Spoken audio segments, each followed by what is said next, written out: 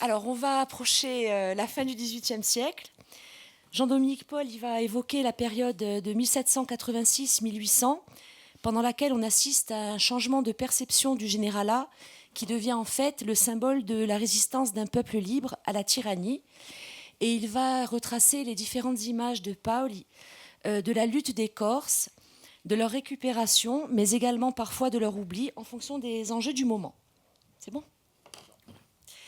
Loïc Folliot, Loïc, je ne sais pas, toi, va nous parler ensuite de l'an 13.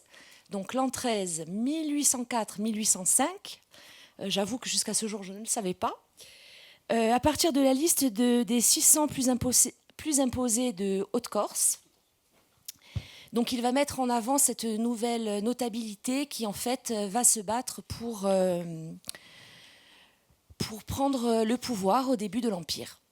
Voilà, Monsieur Paul, c'est à vous. Voilà, on va évoquer surtout donc les images, la formation des images. C'est pas l'histoire pure, savante. C'est vraiment comment ça se met en place, comment les images évoluent, voilà. Et on voit très bien que les opinions publiques sont très sensibles à ce moment-là à la révolution de Corse. Dans toute l'Europe, on l'évoque, tout particulièrement le général de Pascal Paoli.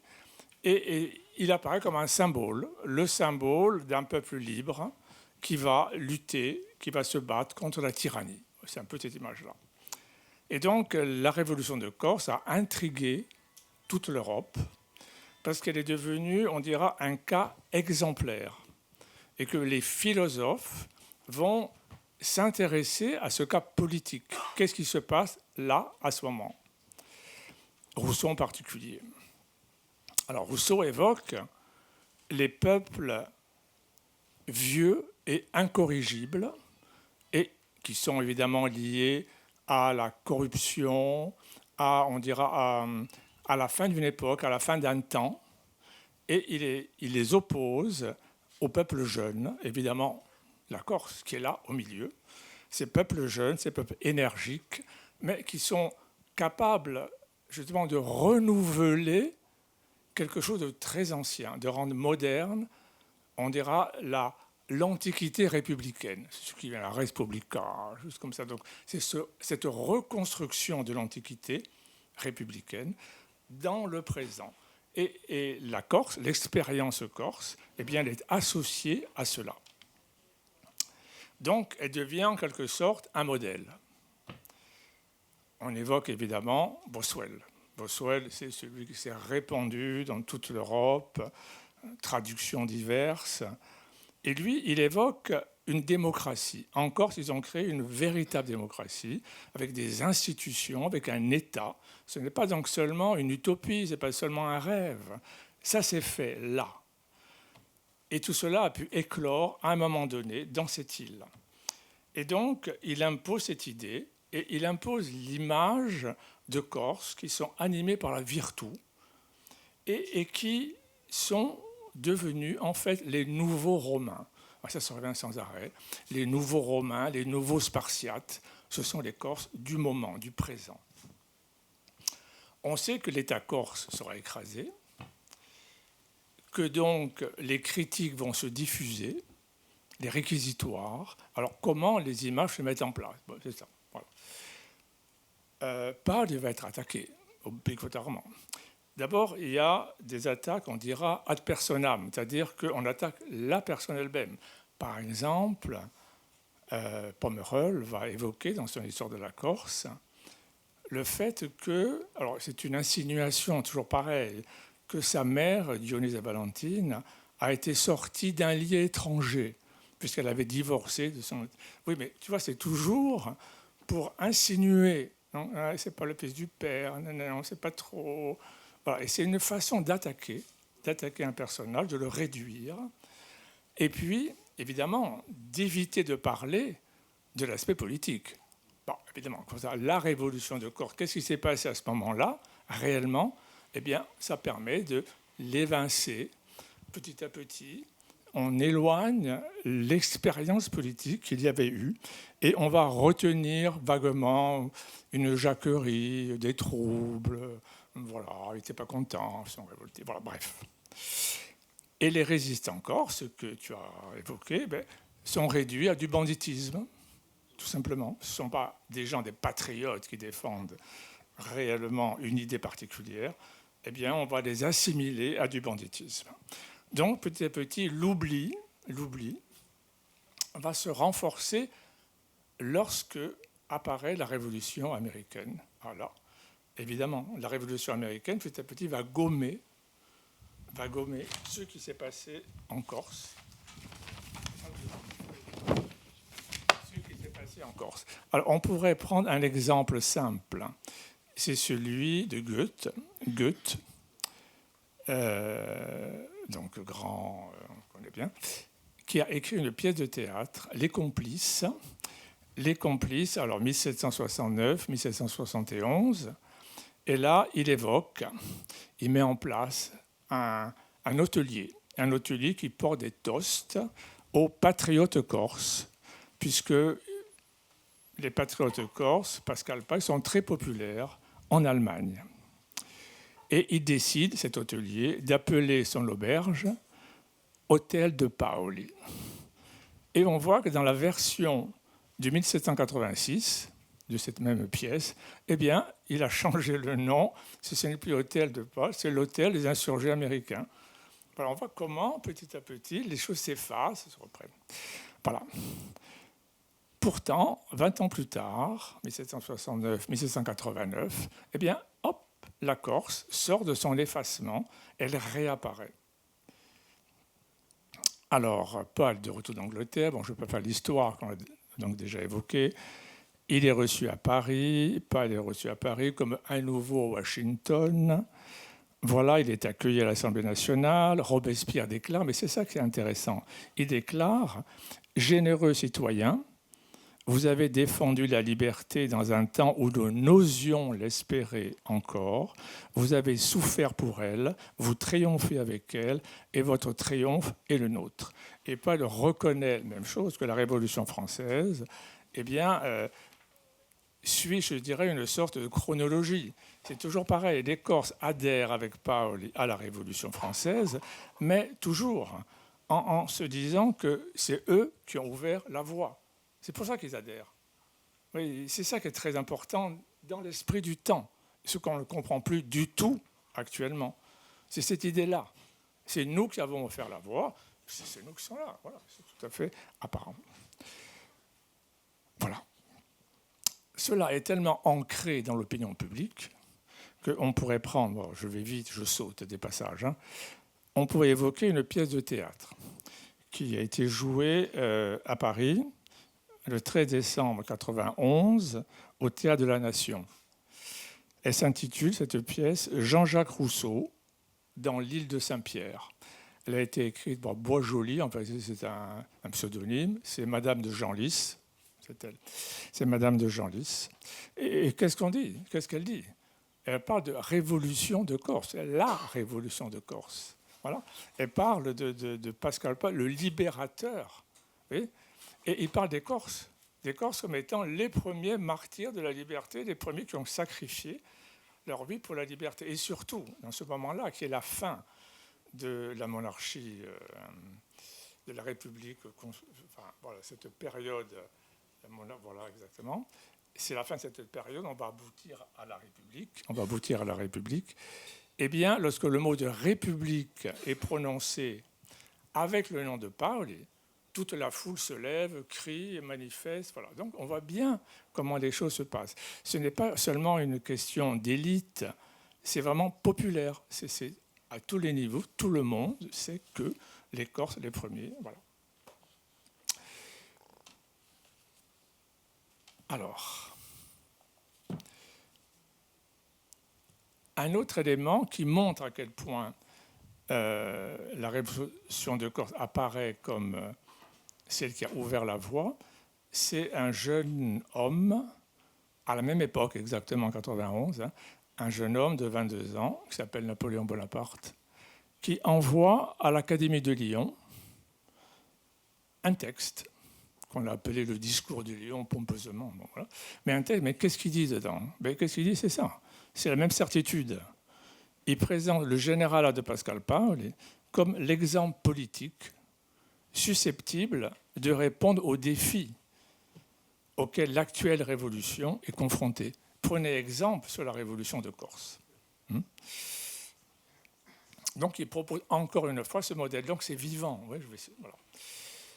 Alors l'image de Paoli va se dégrader complètement. Elle se dégrade. Antoine-Marie Grazien a présenté. La campagne de Sardaigne, on l'accuse d'avoir saboté la campagne. Nanana. On a compris comment il est mis en accusation. On ne va pas répéter. Voilà. Donc, il est mis en accusation, traître à la République, contre-révolutionnaire. Voilà. Mais là aussi, quand même son image se dégrade complètement, eh bien, je reprendrai encore un exemple de Napoléon Bonaparte, désolé, mais il va écrire une lettre, alors qu'il est lieutenant-colonel en second des volontaires corses, il écrit une lettre à la Convention. Bon, c'est très risqué quand même. Mais dans cette lettre, qu'est-ce qu'il dit ? Il rappelle, tout simplement. Il dit, vous ne pouvez pas condamner Pascal Paoli. Vous pouvez pas. Pourquoi ? Parce que c'est le patriarche de la liberté, le précurseur de la République française. C'est pas moi qui le dis. Si c'était moi, on dirait, il est fou. Non, c'est lui qui le dit. Le précurseur de la République française. Ainsi pensent les patriotes, ainsi le croit le peuple. Nous lui devons tout jusqu'au but de la République française. Donc, autrement dit, c'est toujours pareil, c'est un renversement. C'est les Corses les premiers qui ont permis cela. Ouais, c'est toujours cette idée. Alors, on sait que Paul va faire appel à l'Angleterre. À ce moment-là, évidemment, il va être totalement noirci, définitivement, aux yeux du courant républicain et patriote. Mais ce qui est intéressant, c'est de voir comment son image n'est pas récupérée par les royalistes. Ils auraient pu être récupérés en disant c'est un chef chouan, pas du tout. Donc l'image est écrasée, Sans doute aussi parce que le royaume anglo-corse a été un échec, on dira dès le début, puisque lorsque Sir Eliot est nommé vice-roi, dès le départ, donc ça veut dire que Paul est évincé du pouvoir. Il n'a plus aucun pouvoir. Il y a une constitution, il y a un parlement, tout ce que vous voulez. Mais Paul n'a aucun pouvoir. C'est Possodiborg et Eliot qui ont le véritable pouvoir. Et donc, on voit très bien que Paul va saboter en sous-main tout cela, qu'on le veuille ou non. Il va saboter en sous-main. Et il sera traité par Eliot de manière assez pitoyable, puisqu'il va le traiter de vil républicain, de vil démocrate. On voit bien qu'ils ne sont pas sur la même longueur d'onde. Donc l'image de Paul, à ce moment-là, est écrasée, on l'a bien vu, et ne peut plus s'affirmer. Donc il va quitter la Corse tout de suite, il va être exilé par les Anglais. Il a 70 ans. En même temps, il y a une autre concurrence en Corse. L'autre concurrence de l'image, c'est celle de Napoléon Bonaparte, encore lui, qui devient général en chef de l'armée d'Italie, tout ça. Et donc là se met en place réellement, 93, 94, 96, se met en place vraiment on dira, une guerre des récits de propagande, qui sont réellement construits, montés, voilà. Voilà. Donc, une autre image qui se met en place, évidemment, on pourra dire, je saute des passages, désolé. Une autre image, c'est l'image de Paoli. Elle va être, on dira, elle va être soumise à ce qui se met en place avec Napoléon Bonaparte, à partir de ce moment-là. Parce qu'on va construire tout un récit autour de ce personnage qui va prendre le pouvoir. Il y a un courant principal qui se met en place. On le voit très bien, par exemple, avec Fedel, dans son ouvrage « Mœurs et coutumes des Corses », paru en 1999, puis en 1802. Et là, quelle est cette image ? L'image, Paul est accusé d'être un escamoteur d'écus, un escroc. Tout ce qu'il a pu faire est vénal. Il voulait le pouvoir vénal. En même temps, Fedel attaque, on dira, la pensée politique, en disant les Corses sont des fourbes absolus. Ils ont réussi ils ont réussi à tromper les philosophes naïfs, évidemment. Et donc ils ont fait croire qu'il y avait eu une expérience politique, mais c'est faux, il n'y a jamais rien eu. La preuve, les Corses sont des sauvages absolus. Et tout son livre, c'est ça, montrer que c'est uniquement des sauvages, des tribus qui s'égorgent les unes les autres. Mais pourquoi il fait ça? Pourquoi ce livre? Pourquoi ce courant qui va montrer la sauvagerie des Corses? Ce n'est pas tellement pour attaquer les Corses ou pour attaquer Paoli. C'est uniquement, enfin il me semble, que l'enjeu, c'est celui de dire Napoléon Bonaparte, qui va devenir le héros le plus... mais c'est un héros français, chimiquement pur. Il ne peut rien avoir à faire avec la Corse. Il faut le couper systématiquement de la Corse. Tout ce qu'il a pu avoir, tout ce qu'il a pu prendre, sa formation est uniquement française.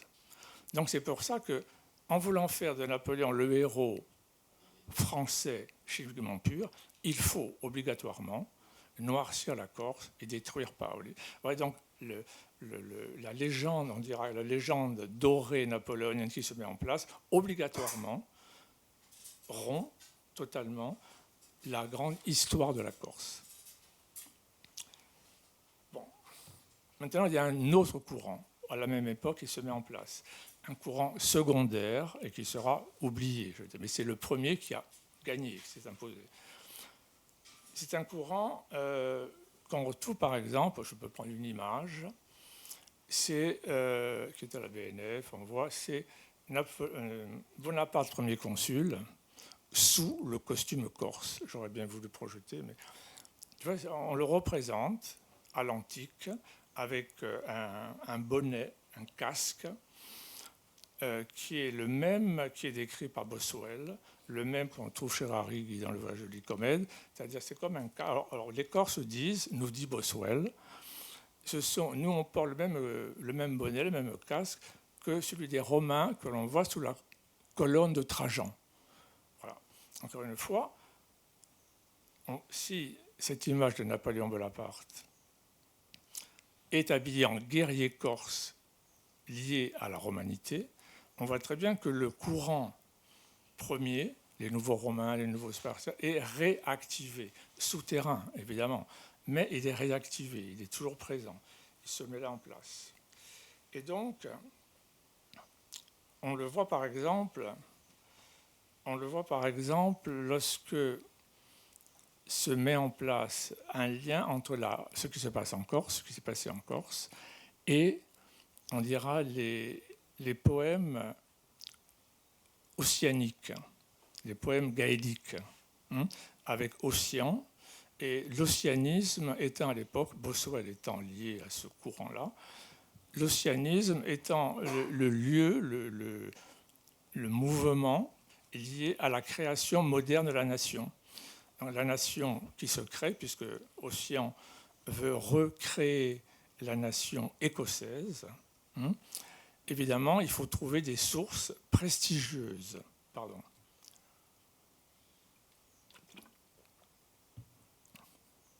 Il faut trouver des sources prestigieuses, grandioses. Il faut trouver, évidemment, un rite de passage pour la création moderne de la nation. Et on voit que les Corses, c'est confus ce que je dis ou non? Bon, les Corses sont reliés à ce moment-là. Oui, les Corses sont liés à ce grand mouvement qu'on a appelé le romantisme des peuples. Voilà. Ils sont réactivés en quelque sorte avec cela. En même temps, on le trouve dans toute une série de poèmes. Et je vais vite là aussi. On peut prendre les poèmes d'Hölderlin. Hölderlin, grand, je ne présenterai pas. Il évoque, 1799, dans un poème Émilie à la veille de ses noces, il décrit l'histoire, dans ce long poème, qui a été traduit d'ailleurs par Marie-Jean Benchigouer et commenté. Il décrit comment un jeune Allemand, Édouard, va venir en Corse, mourir avec les patriotes corses, Pascal Paul. Donc déjà, 1799, il évoque la Corse en disant l'île bienheureuse, l'île sainte. Il parle du noble peuple de Corse. Parce que là, il s'est passé quelque chose d'extraordinaire. On reprend cette thématique. On reprend cette thématique là. Et en même temps, 1798, Hölderlin écrit un poème, Bonaparte. On voit que c'est lié ensemble. Je ne vais pas développer, hein, mais il y a une coordination qui se met en place. Une coordination qui se met en place. Et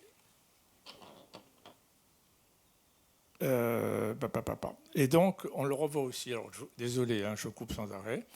Et par exemple, on pourrait prendre une autre pièce de théâtre. Une pièce de théâtre de Kotzebue, 1799 encore, qui s'appelle Les Corses en Hongrie. Donc, pièce qui a été jouée durant l'Empire plusieurs fois. Bien là aussi, on remet en place les Corses en tant que combattants de la liberté, en tant que ceux qui, les premiers, ont ouvert la voie. Et là, il n'est plus question de Paul, il est question de... comment il s'appelait? Le général Pompiliani, donc fictif et totalement imaginaire. Voyez, mais c'est toujours la même idée. Donc, il y a ce courant-là qui met en place, encore une fois, les Corses en tant que libérateurs, en tant que premiers combattants de la liberté, associant à la fois la révolution de Corse et la première étape de Napoléon Bonaparte. Voilà. Après, non. Après, il devient empereur, c'est autre chose. Voilà. Mais là, il y a une coordination qui se fait. Bon, voilà, j'arrive à la conclusion. Tu vois, je vais très vite. Voilà. Donc, ce qu'on peut dire, durant cette période donc, révolutionnaire, la puissante image de Paul a été noircie, mais elle a pu être gommée, et elle a été ressaisie en quelque sorte et récupérée par celle de Napoléon Bonaparte, par les guerres de la liberté, puisque Goethe, encore en 1806, associe la révolution de Corse, la révolution américaine, la révolution française, encore en 1806, et il évoque cette notion d'enchaînement des révolutions. Voilà, d'enchaînement des révolutions, ce qui permettra à Chateaubriand, dans ses mémoires, de dénoncer l'île de Corse en la nommant l'école primaire des révolutions. Voilà, c'était rapide, désolé